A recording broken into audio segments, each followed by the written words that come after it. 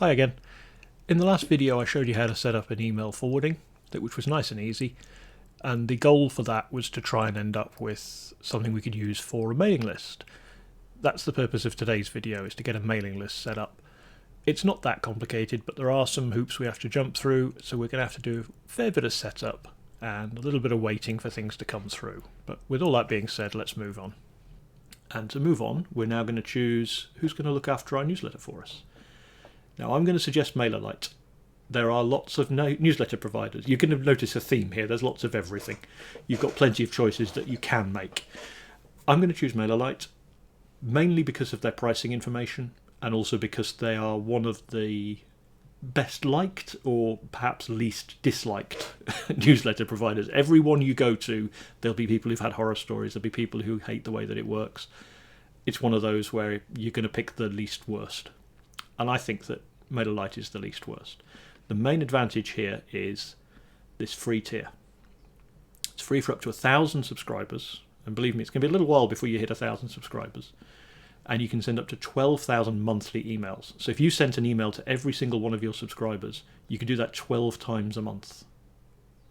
And that's too much, really. You don't want to be doing it every couple of days. So this is more than enough to get you started.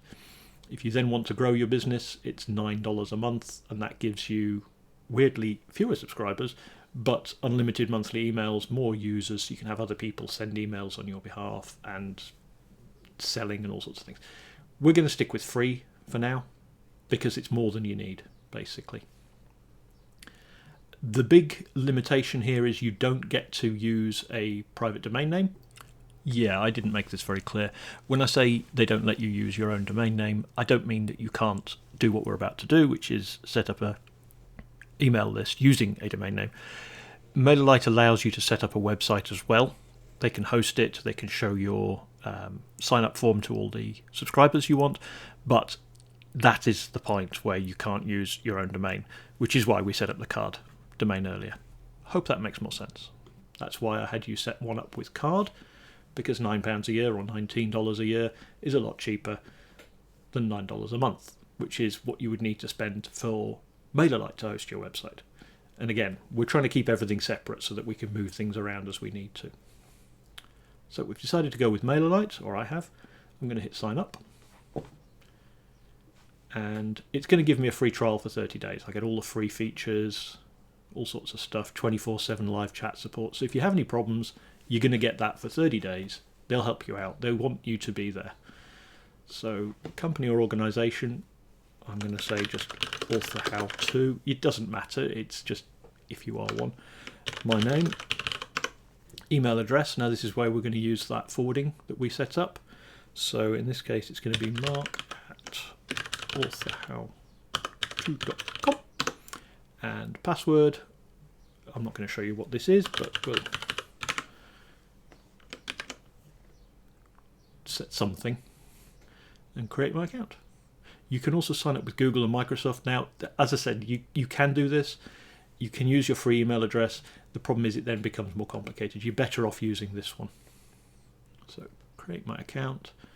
I'll tell you to save my password. Why not? And we're in. So here we are. This is my company name, or my website name in this case, on the free plan, and lots of news and information, blah blah blah. They're starting to roll out AI things. It's all very, very clever. So the next step is email verification, and it should have already sent me an email verification. So let's have a quick look in Gmail and see if it has arrived. And it's over here in the updates tab. You may need to double check it. It may even have gone into spam. But I'm going to look into updates and verify my email address.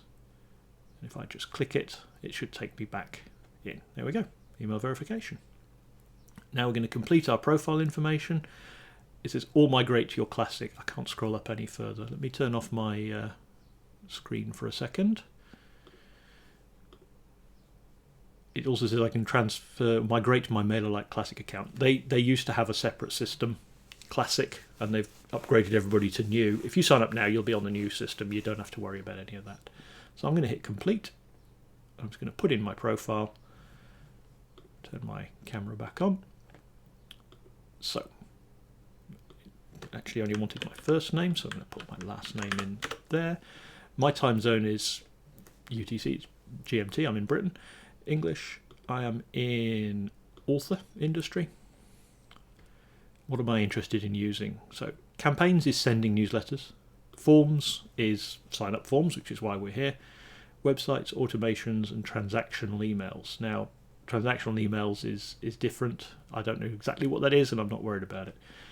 It doesn't matter what you pick here, to be honest. This is just what you're interested in. You can use everything. As you'll see, we've already got campaigns, forms, and automation on the side here. Campaigns is sending the newsletter, forms is getting people to sign up for the newsletter, and automations is things that will be sent automatically when certain conditions are met. For example, when somebody signs up, you might want to send them a welcome email. You don't want to have to do that manually every day, make a list of who's signed up and send them an email. That's what an automation's for. So we come down here for next step. We need to provide a physical address for emails. Now, that's silly. It's all to do with anti-spam. So you will need to put something in here, and it will need to be a physical address. Now, I've set up a PO box, which is free. I will show you how to do that in another lesson. But for now, I'm just going to put in that I'm in the United Kingdom. Anti-spam policy, blah, blah, blah. Yes, do please read that. You do not want to be a spammer.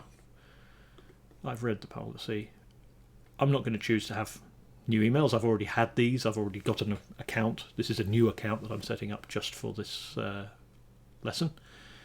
And then we click on confirm, and there are some errors. All right, I need to put an address in. So bear with me 1 second while I sort that out, and then we will come back.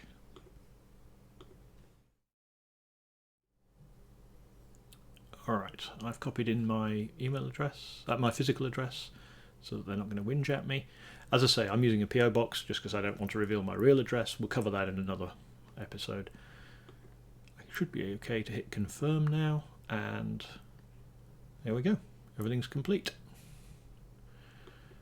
So I have 1 subscriber. I think that'll be me, and we are ready to go. So we should, in theory, be able to set up an account, set up a campaign now, actually send some emails. But let's first of all just see if we can see who our subscribers are. And it's me. Yep, not surprising. You should always be on your own mailing list, because then you can check that it's actually been sent and it looks correct. So let's do a quick campaign. Create your first campaign. Don't worry about too many of these details. A/B testing, you can start doing all of the comparisons, see what works best, what gets you the most clicks, all the rest of it. Auto resend if you want. I'm not going to go through all of this today. We're literally just going to create a very quick campaign. So I want a regular campaign. You can do A/B, you can do auto resend, you can do content straight from your website. So every time you post a blog, it emails it out. I'm just going to set up a regular campaign. And by regular, it means ordinary, not every so often. And here's the first problem. Domain authentication required. We must authenticate our sender email. So this is why I was saying we need to have our email address authenticated. Not a problem. I'll show you how to do that, and then we'll be ready. Authenticate email domain. I've got the Mailerlite account settings here now. It's wanting me to authenticate my domain. I've already verified it. I've proven that I have an email address at that domain, alsohowto.com in my case. So I've proven that I have access to that domain, but it doesn't prove that I'm authorized to send email on its behalf. For example, if you think about the company where you work, you probably have an email address there, but they don't want you sending out newsletters to all their customers and acting on their behalf. So you need to be authenticated, and that's what this is going to do. So it's fairly straightforward. We're just going to click this link, and it's going to tell me what to do. After domain is authenticated, this will become your default sending address used for campaigns, automation, sites, and forms. Now that's what we want, so that's good. Authentication is critical to the delivery of your campaign to make your newsletters more credible, which means a much better chance of avoiding spam folders. So again, you're saying that I have authorized a certain subset of people to send emails on my behalf. Anyone else tries it, chuck them out. So we need to do that now. There's a couple of things we need to add to DNS. They look scary. They're not that bad. I'm going to show you exactly what you need to do. Basically, we've done a lot of this sort of thing already when we set up the website through Card. Now we're just doing the same sort of thing for email. So, first of all, it wants a CNAME record. So we're going to copy this first field here. We're going to go back over to Namecheap. And this is my domain, authorhowto.com, and I'm going to click Manage. Then I'm going to hit Advanced DNS. And we already saw this before. This is where we added in this information so that our website would work. We're just going to add a new record. So we're going to add new record, and it said CNAME, so we scroll down to CNAME. And in host we paste in what we just copied. Except we don't want this bit at the end. It's very hard to see because of the size of it, but it's got authorhowto.com at the end. So we're just going to delete that bit. So we just have this part here, which is lightserve._domain key. Make sure you delete the dot on the end, otherwise it gives you a warning to tell you it's not valid. So it's lightserve.domain key, and that's all we want. The target field, again, we go back to Mailerlite. Before we copied this left-hand side, lightserve domain key authorhowto.com. We don't put that authorhowto.com part in. Don't ask me exactly why they've laid it out like this, but that's the only thing you need to know. Take off your domain name from the end, and that's it. This part, the value, we just copy that. We stick it in to the target. And then we hit this little box here to save changes. Done. Now, if we scroll further down on Namecheap here, we've got a text record here which already begins with v equals SPF1. So this is where we actually say who is allowed to send email on our behalf. Now, because we set up email forwarding earlier on, we've got this little record here already. So that should already be there, and we just need to make sure that we add in the new things alongside this so we don't break anything that already exists. Not difficult. Back to account settings on Mailerlite, and you'll see it wants this SPF, and here it says v equals SPF1. Now, we don't need to do the whole thing. We just want this include part. In fact, it's already picked it up for us. Look, got v equals SPF1, include SPF mlsend.com. mlsend, as you see up here, that's Mailerlite sending. And it's already got here include SPF eForward registrarservers.com. If we go back, that's what we have here, SPF1, include SPF eForward registrarservers. So what they've done for us is merge the two records. So I can just copy this, go back to Advanced DNS, and then I just want to replace this with the merged value. If I click on this, it says Edit Blocked Record. Now, that's just because it set it up, not you. It doesn't want you messing with things, but we're okay. We know what we're doing. We hit yes. We highlight all of that, and we paste it in. So you can see now we've got, oops, I wish it would scroll, but it doesn't. We've got two records in here now for this SPF one, and we hit save, and we're done. So we go back to account settings here. Don't worry that that name is different over here. It's set to an @ symbol. @ just means this domain. It's the same thing. In fact, if you copy that in, it then complains that you've got text in there. Trust me, set it up the way I've got it, with that field there and an @ there. And here, as long as you've got that without your domain name and that there, everything will be fine. Go back to account settings. Now, it can take an hour, maybe even as long as 24 hours for this to actually propagate. But what we'll do is we'll hit check DNS records anyway. Oh, and it's fine. So it's gone through almost immediately, and you can see now authentication is authenticated. We're done. Somehow I failed to record this bit, but you need to go back to your homepage in Mailerlite, and then you'll see this box which says you need to confirm your account. So just click on that and you'll be fine. It does say confirm your account. If I hit get confirmed, do you have any subscribers? Oh, okay. This is all tools and knowledge. Right. Do you have any subscribers? No. What content will you share? I'm not going to put anything in. And personal website. Verify your website. So we'll do that, and we'll put in authorhowto.com. authenticated.com, and you're going to get an email. My website is verified because I've already done this, you see. Next step. There are some errors. What content will you share?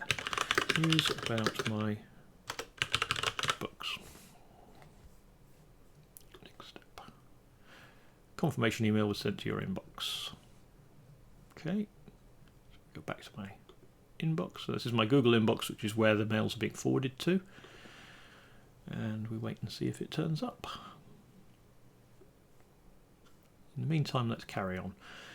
Have you used other email marketing services before? Obviously, say yes or no. I'm going to say no, because then they stop asking questions. Do you sell products? No. Have you used other website builders? No. Again, this is just survey information. This isn't going to limit your ability to do anything. So just because I've said no, I don't sell products, doesn't mean I can never do it. It just means that they're not going to now say, hey, why not sign up for our amazing sales process? We're just going to hit that. Hit confirm, it's thinking about it. Your form was submitted. You'll be notified via email within 24 hours once your confirmation request has been reviewed. So they're just wanting to check that you're not a bot signing up. They're not going to ask, I don't believe anyway, they're going to ask for more proof of identity or anything like that. They're happy enough with that. But right now I can't send.